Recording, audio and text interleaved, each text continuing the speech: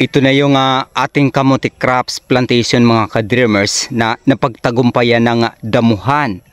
Kaya kung mapapansin ninyo, green na po siya, nagpang-abot na at lumitaw na yung kagandahan ng ating kalikasan. Bukod sa riyan, naririto yung punong kahoy na nagiging saksi sa aming pagsusumikap dito mga ka-dreamers na noong una ay sobrang liit pa niyan. Ngayon, ang laki na niya. At di po siya kalayuan sa ating tent mini shelter mga ka-dreamers. Gayon din yung penthouse ni Kapitan Pedro Lihay-Lihay. Ayan, makikita na natin yung bubungan.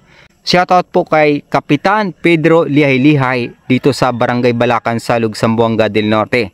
Praise God at maraming salamat po Kapitan Pedro Lihay-Lihay dahil sa pinaunlakan mo yung aming kahilingan na makapagpunla ng kamote crops dito sa iyong lupain.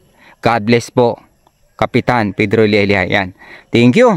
Dahil sa di na ako lumayo, kaya ako napilitang umuwi dito sa Zamboanga del Norte sa aking hometown upang mapangunahan yung pagpunla ng ating kamote crops nang may bahagi sa pangkalahatan yung ating kamote leaves ayon sa ating pangitaing panaginip na magiging panangga at kagamutan sa isang virus. Hanggang sa muli, maraming salamat sa pakikinig at pag-subscribe. Papuri sa Diyos, sa ngalan ng Ama, ng Anak at ng Espiritu Santo. Amen. God bless!